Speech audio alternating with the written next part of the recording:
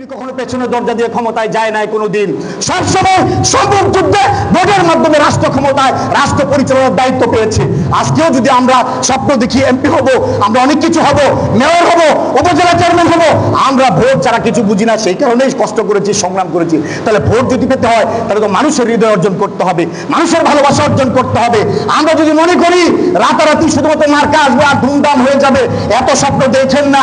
আমাদের বিএনপি ভারপ্রাপ্ত চেয়ারম্যান বলেছেন বাংলাদেশের ইতিহাসে সবচেয়ে কঠিন নির্বাচন হবে এই নির্বাচন, এবং স্বচ্ছ এবং অত্যন্ত কঠিন নির্বাচন। সেই কারণে আমাদের আজকে কায়সার কামাল সাহেব যদি আপনারা একদিন বানাতে চান তাহলে মানুষের কাছে যেতে হবে, মানুষের ভালোবাসা অর্জন করতে হবে, মানুষের হৃদয়ে যেতে হবে।